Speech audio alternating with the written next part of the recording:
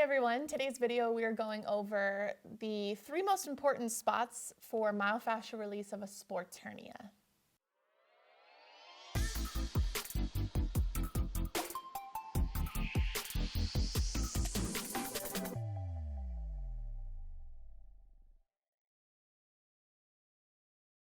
Hey everyone, I am Dawn and this is Sebastian.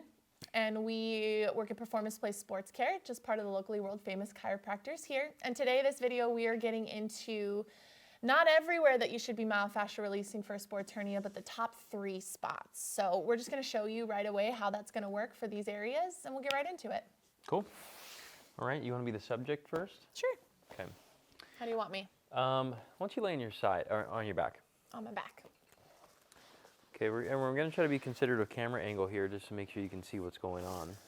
Okay, so one of the top ones is going to be the adductor, all right? Here's the adductor here. Obviously, the adductor goes way the heck up in there too.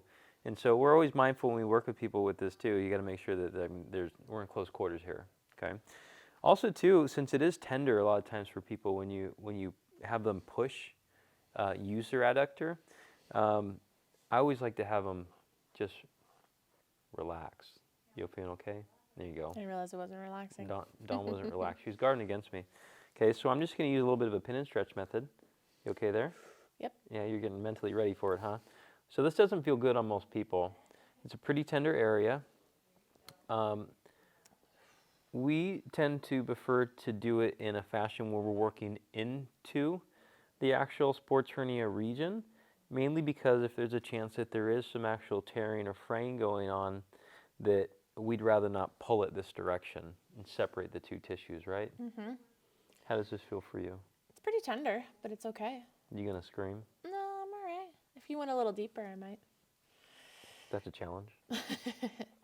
Yeah, I think the most important thing about soft tissue, there's a time and a place when you should really lengthen through the tissues, or if we should keep it in one position, or if we could start to work through some movement. So depending upon how long this has been going on for you, and if there's still an active tear, the tissue is going to be a little different. Mm-hmm. Now, I'm not really looking for a spot really that has any like fibrosis or scar tissue in it in particular with this one. I'm just looking to make sure that we got to see if we can relax these. Yeah, you look like you're having a good time. That was a painful spot. Yeah, so I'm going to stay there forever then. No, we'd have to make sure the tissue's just relaxed is all.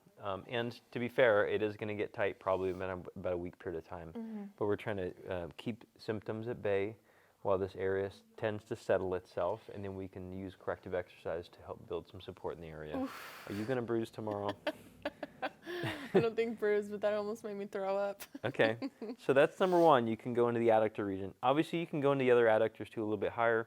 We're not going to go into that today, but working kind of the long adductors as you get up into there is probably the first start. Perfect. Okay, what do you want to do next? I think I want to work into the glute area.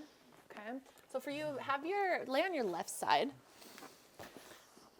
So on the side of complaint area, okay, we're going to work through kind of these outer glutes as well, because a lot of times things around the area of the tear can tighten up on you. So bring your feet up onto the table, just kind of like you're hanging out here. Good. Let's straighten the top leg and bring it up high. Hang out right there. And what I'm going to have you do on your own is bring it up towards your shoulder and drop it down. Do you want me to grab it? To the other side. Nope, we're just going to actively work through this range here.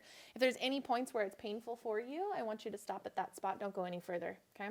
Okay. Bring it up to the shoulder. Drop it down to the floor. There we go. And come on back. So when we're talking about sports hernias, sometimes bringing the knee up to the shoulder can be painful or pinchy in certain spots. So if that gets to a point, you need to tell me, and we only work through the range that's not painful. So it's not okay to work through. If I feel in the symptom area, that's not good. When you're doing this. Exactly. I'm not trying to recreate your actual chief complaint. It might be tender or painful in the spots I'm working on, but we know that these areas here aren't specifically torn. So we're just looking to loosen these up so the hip joint gets to move better. Because if you go to that video about what causes sports hernias, we know the hip joint is creating some shearing that could be responsible for the sports hernia, correct? Yeah, in that other video we went over of how sports hernias occur is typically a lack of hip function, specifically loss of internal rotation of a hip. which tends to put the load into the pubic symphysis, and it ends up creating a lot of these problems. Absolutely. And also one thing, you guys might notice that a webinar pops up under the screen at some point. If you want to know a little bit more about groin pain, is sports hernia your diagnosis? Are there other diagnoses we should think about? Click on that. Yep. Now go and line your side. We're going to do the QL, and you're going to be facing this direction. So again, as we mentioned earlier, like if you guys are wondering like, well, this isn't the spot of pain. Correct. We're trying to improve the function of the hip, which is not really working too well. But we can do specifically tissue work onto the area of the sports hernia if it's at the right time of recovery. If it's too early, you're just separating glue. You need to let it glue and mat down. Okay, so what we're going to work into here on Dawn is the QL muscle. The easy way to find this is to grab the flank here, and as you roll back to the side, you're going to run into like a strip right into here. And so I tend to not really pin that strip down, but I like to just lay on top of it.